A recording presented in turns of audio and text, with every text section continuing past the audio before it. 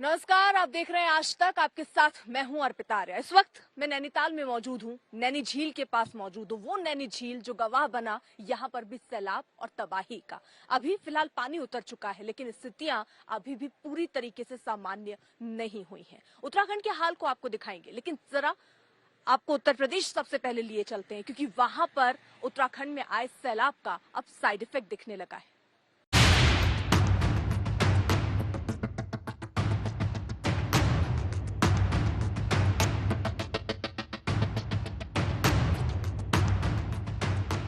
इस मंजर को देखकर शायद आपको यकीन ना हो कि यहाँ एक सड़क भी हुआ करती थी, हाईवे की सड़क, जिस पर वाहन फर्राटा भरते रहते थे। लेकिन अब यहाँ पानी का साम्राज्य है। वाहन तो अब भी गुजर रहे हैं, लेकिन सड़क की कोई गारंटी नहीं है। देखिए किस तरह ये ट्रक पानी को चीरता हुआ चला जा रहा है। ये तस्वीरें मुरादाबाद के पास नेशनल हाईवे की है, जहाँ कोसी नदी में उफान के चलते हाईवे डूबा हुआ है। पानी में गाड़ी चलाना किसी डेयर डेविल शो से कम नहीं है। एक बस ड्राइवर ने पानी में बस चलाने का जोखिम लिया तो बस पानी में ही बंद हो गई। अगला सिरा पानी में डूब गया। रामपुर मवाद के बीच में शिवराबाद जो गांव पड़ता है, यहाँ पे सब कोसी नदी के उफान से बाढ़ का पानी आया हुआ है, जो कि जिसका जलस्तर करीब हाईवे पे भी, नेशनल जो हाईवे है उस पे भी 1 से 1.5 या 2 मीटर के आसपास पानी है। एक और बस वाले ने हिम्मत दिखाई। बस पानी में तो उतर गई, लेकिन साइलेंसर डूबा तो बस का इंजन बंद हो गया। फिर क्या था, बस खटारा खड़ी हो गई। मुसाफिरों ने धक्का मारकर इसे पानी से बाहर किया। दिल्ली लखनऊ नेशनल हाईवे पर सिहोरा बाजे के पास 1 से 2 मीटर तक बाढ़ का पानी आ गया है, जिसकी वजह से दोनों ट्रैफिक को रोक दिया गया है। जब हाईवे का हाल ये है तो भीतरी इलाकों का हाल क्या होगा, आप खुद देख सकते हैं। तस्वीरों में आप देख सकते हैं कि पूरा का पूरा मोहल्ला किस कदर जलमग्न है। उत्तराखंड में बनबसा बैराज से 5 लाख क्यूसेक पानी छोड़े जाने से शारदा नदी में उफान आ गया है, जिसके चलते पीलीभीत जिले के 30 से ज्यादा गांव जलमग्न हो गए हैं। गांव के गांव टापू बन गए हैं। जहां पहले रास्ते थे, अब वहां नाव चल रही है। हम आप पहुंचे हैं पीलीभीत के ग्राउंड जीरो पर, जहां गांव दर गांव बाढ़ में डूब गए हैं और हर जगह कुछ है तो ये पानी 4-4, 5-5 फीट ऊपर का पानी। लोग मजबूर हैं इस तरह की नाव में आगे बढ़ने को, मजबूर हैं अपने गंतव्य तक पहुंचने के लिए इन खुद की बनाई छोटी मोटी नावों में। लोगों के घर डूबे हुए हैं। तमाम परिवारों ने छतों पर अपना आशियाना बना लिया है। वहीं पर राहत सामग्री पहुंच रही है। लंच के पैकेट भी यहीं पहुंच रहे हैं। ये आज दो बार ही मिला है। ये एक प्रधान जी ने दिया है, बाका ये दूसरा आदमी जो है ये देके जा रहा है। कल शाम को खाना खाए और अभी जो खाने जो मिला है अभी खाएंगे। थोड़ा बना है घर पे, थोड़ा बहुत वो खा लेंगे। तमाम परिवार ऐसे हैं जो 3 दिन से भूखे थे, जिनके पास राहत सामग्री पहुंच ही नहीं पाई थी। वो भूखे सोए, उनके बच्चे भूखे सोए। कैसे बकर जब थोड़ा बची है वो खाना बच्चे के लिए तो बनाना ही पड़ेगा। खाना तो नहीं आएगा तो कैसे खाएगा, भूखा रहेगा। इन्होंने बताया कि 2 दिन तो पैकेट्स नहीं मिले हैं, तो 2 दिन क्या किया, कैसे खाया? भूखा रहे, थोड़े बचे वही खाया। थोड़ा बहुत बचा है वही खाया। रात को खाना बचा है वही खाया, बच्चों को खिलाया। तमाम गांवों में यही हालात है। लोगों का रास्तों से पैदल चलना भी दुश्वार है, क्योंकि राहों पर घुटने भर से ज्यादा पानी भरा हुआ है और मेरे लिए आगे बढ़ पाना मुश्किल है। मुझे इन खंभों को पकड़ के आगे बढ़ना पड़ रहा है। तो आप अंदाजा लगा सकते हैं कि जो यहाँ पर गांव वाले होंगे उनके लिए एक जगह से दूसरी जगह जाना कितना मुश्किल होगा, कितना डिफिकल्ट होगा। तो ये अंदाजा लगा सकते हैं बाढ़ की जो इस वक्त हालत उत्तर प्रदेश में है वो ठीक यही कहानी बयां करती है। जिस तरह से मेरे पैर इस बाढ़ में डूबे हैं, उस तरह से ना जाने कितने घर इस वक्त बाढ़ग्रस्त इलाकों में डूबे हुए हैं। इससे पहले पीलीभीत के पूरनपुर और कलीनगर के निचले हिस्से में भयानक बाढ़ में फंसे 26 लोगों का कल वायुसेना ने हेलीकॉप्टर से रेस्क्यू किया था।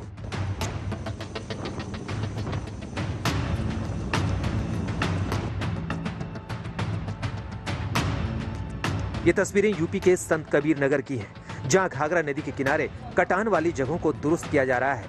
नदी किनारे बालू की बोरियां डाली जा रही हैं। घाघरा नदी में 7 लाख क्यूसेक पानी छोड़े जाने की वजह से उफान की आशंका है। ऐसा अनुमान है कि सैलाब का पानी आने के बाद घाघरा नदी का जलस्तर 3 मीटर तक बढ़ सकता है। प्रशासन जिले के 19 गांवों को खाली करवा रहा है। ऐसे 22 गांव हैं जहां से हम लोगों को इवैक्यूएट करके सेफ जगहों पे ले जा रहे हैं। साथ में क्योंकि पानी बढ़ेगा, पानी का स्तर खतरे के निशान से ऊपर जाएगा, तो हम अभी से अपने बंधे को पूरी तरह से तैयारी करने में देख रहे हैं कि बंधे को कोई नुकसान ना हो। बाराबंकी में सरयू नदी खतरे के निशान से 42 सेंटीमीटर ऊपर बह रही है। पहाड़ी इलाकों में हो रही मूसलाधार बारिश की वजह से लगातार घाघरा शारदा बैराज से पानी छोड़ा जा रहा है, जिसके चलते सरयू का जलस्तर बढ़ रहा है। 450 परिवार बांध पर पहुंच गए हैं, उनका घर बार डूब गया है। मुरादाबाद में शरद गौतम, संत कबीर नगर में आलमगीर के साथ समर्थ श्रीवास्तव, पीलीभीत, आज तक। उत्तराखंड में जो तबाही आई 3 दिन की लगातार बारिश के बाद, वो जरूर थम गई है, लेकिन वो अपने पीछे कई निशान छोड़ गई है। 50 से ज्यादा लोगों की मौत हुई है और कई जिंदगियां पानी के तेज बहाव में बह गई। अब बारिश तो रुक गई है, लेकिन आंसू लोगों के अभी तक नहीं थमे हैं।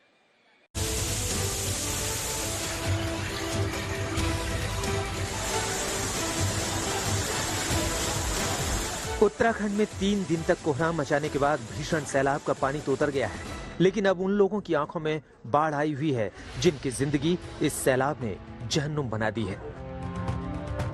5 घंटे तक मेरी लड़की इसी उम्मीद में रही जिंदा की हमें भी बचा दिया जाए।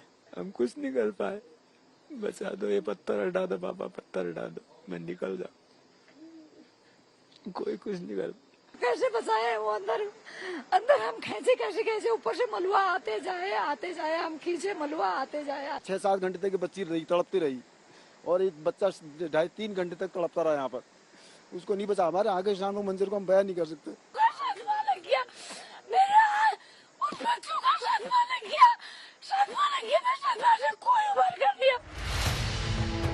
नैनीताल से सिर्फ 20 किलोमीटर दूर कैची धाम में मूसलाधार बारिश का कहर कुछ ऐसा टूटा कि सब तहस नहस हो गया।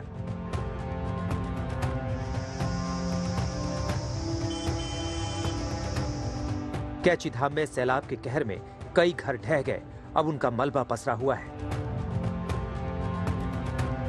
ये टूटा हुआ घर अपने आप में दर्द की एक मुकम्मल दास्तान समेटे हुए है, जहां सैलाब के कहर में घर भरभरा कर ढह गया, जिसकी चपेट में 2 बच्चे आ गए। मलबे में दबकर दोनों की मौत हो गई। मैं इस वक्त खड़ी हूँ, यहाँ पर अभी आपको मलबा दिख रहा होगा, लेकिन थोड़े दिन पहले यहाँ हंसता खेलता परिवार, या कहें कुछ घंटे पहले यहाँ एक हंसता खेलता परिवार था। उस परिवार ने अपनी बेटी और बेटे को गवा दिया है। 20 साल और 18 साल उम्र के ये 2 बच्चे अब नहीं रहे हैं। यहाँ पे रेस्क्यू टीम पहुंची, उनको रेस्क्यू किया गया। ये पूरा जो आप जगह जो देख रहे हैं, ये पूरा मकान था, यहाँ पर लोग रहते थे, लेकिन किसी को अंदाजा नहीं था कि रात 3:30 बजे कुछ ऐसा होगा कि अगली जो आने वाला समय होगा उन पे पहाड़ जैसा टूट पड़ेगा। दोनों बच्चे मलबे के नीचे दबे थे। लोगों ने गुहार लगाई, फिर भी प्रशासन के कानों तक आवाज नहीं पहुंची। बच्चों ने तड़प तड़प कर दम तोड़ दिया। नहीं सकता, इसको कैसे बयां करें हम, इस चीज को कैसे बताएं। हमारे आंखों के सामने उन्हें दम तोड़ा तड़पते, और उसके बाद उधर वो बच्ची, तो उसके तो बहुत मौका दिया। अगर उस समय तक भी कोई आ जाती, वो बच्ची तो बच जाती, वो तो बिल्कुल बच जाती। उसको बचाने के बाद बचाने की स्थिति में थी। अगर वहां पर उस समय पे तो कोई आ जाता, हमारी मदद ऐसी हो जाती, तो बच्ची बच जाती। 7 घंटे तक इन बच्चों ने जिंदगी और मौत की जंग लड़ी, लेकिन उनकी जान नहीं बच पाई। सैलाब के कहर के आगे हर कोई बेबस था, लाचार था। आपको वो जगह भी दिखा दिया जाए जहां से इन बच्चियों को रेस्क्यू किया गया। ये घर के अंदर मैं आपको लिए चल रही हूँ, और ये मलबा जो पूरा मकान जो है वो जब ढह गया, कोई रास्ता यहाँ से निकलना नहीं दिख रहा था निकालने का। इसके बाद ये जो मकान जहां इस वक्त मैं पहुंची हूँ, इस मकान में इस तरीके से ये तोड़ा गया इस दीवार को, और यहीं पर 2 बच्चियां जो थीं वो फंसी हुई थीं। उनमें से एक को किसी तरह निकाला गया, अभी वो अस्पताल में भर्ती है, लेकिन एक को बचाया नहीं जा सका है।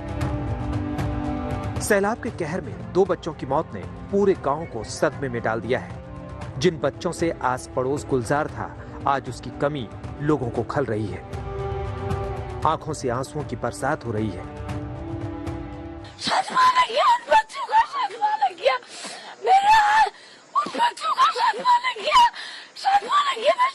कोई उबर कर दिया, कितने लोगों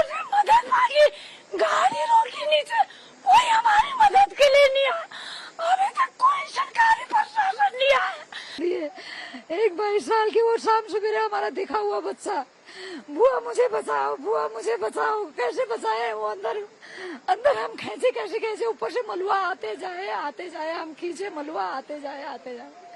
बाद में हम तो हार मान हो गए, मैं तो देख भी नहीं पाई, फिर मैं किनारे को हो गई। जिस घर के बच्चे गए हैं वहां मातम का डेरा पसरा है। बच्चों के माता पिता को गहरा सदमा लगा है। जिस दिन से बच्चों की मौत हुई है उस दिन से उनकी मां बीना चौहान बेसुध पड़ी हैं। उनके पति सुरेश चौहान बड़ी मुश्किल से उन्हें संभाल रहे हैं, खुद को भी संभाल रहे हैं। तस्वीर सिर्फ इसलिए ताकि आप अंदाजा लगाइए वो लोग जो आज इस परिस्थितियों में रह रहे हैं, जिन्होंने आपदा झेली है, वो किस सिचुएशन में, किस स्थिति में होंगे। और वो लोग जिनके अपने बच्चे उन्होंने खोए हों, 2 बच्चे खोए हों, वो आप समझिए क्या परिस्थितियां रही होंगी। तो ऐसी स्थिति इस वक्त अलग अलग घरों में दिख रही होंगी, क्योंकि उत्तराखंड में जो आपदा आई वो सिर्फ तबाही लेकर नहीं आया, वो जिंदगियों को भी ले गया। और 2 जिंदगियां तो इनके अपने बच्चे चले गए। उत्तराखंड में सैलाब का पानी भले उतर गया हो, लेकिन उसके साइड इफेक्ट्स जगह जगह दिखाई दे रहे हैं। लैंडस्लाइड का मलबा सड़कों पर है, सड़कें टूट गई हैं, जगह जगह गाड़ियां फंस जा रही हैं, उन्हें धक्का मारकर बाहर निकाला जा रहा है। नैनीताल अल्मोड़ा रोड पर बड़े पत्थर गिरे हुए हैं, जिन्हें जेसीबी से हटाने का काम चल रहा है। जो आपको पीछे जिस तरीके का काम दिख रहा है, ये इसीलिए हो रहा है ताकि ये जो सड़क है जहाँ पे एक लैंडस्लाइड हुई थी 3 दिन पहले, इसको क्लियर किया जा सके। यहाँ के निवासियों का यही मानना है कि अब तक कई गांव में इलेक्ट्रिसिटी, खाना और दवाइयाँ नहीं पहुँची हैं। उत्तराखंड में बाढ़ की बेहाली का हाल लेने केंद्रीय गृह मंत्री अमित शाह देहरादून पहुंचे। उन्होंने बाढ़ का एरियल सर्वे करके हालात का जायजा लिया। उधर उत्तराखंड के मुख्यमंत्री पुष्कर सिंह धामी ने पिथौरागढ़ इलाके में पैदल चलकर बाढ़ पीड़ितों का हाल जाना। इसके बाद उन्होंने भी बाढ़ग्रस्त इलाकों का एरियल सर्वे किया। नैनीताल से अर्पिता आर्या और ऐश्वर्या पालीवाल के साथ आज तक ब्यूरो।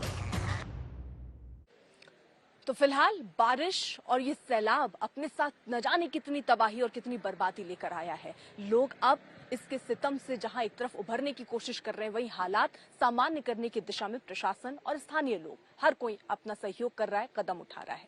नैनीताल में मैं मौजूद थी। आज के लिए, अभी के लिए फिलहाल इतना ही, लेकिन देश दुनिया की तमाम बाकी बड़ी खबरों के लिए आप देखते रहिए आज तक। आज तक HD, सबसे तेज, सबसे ज्यादा।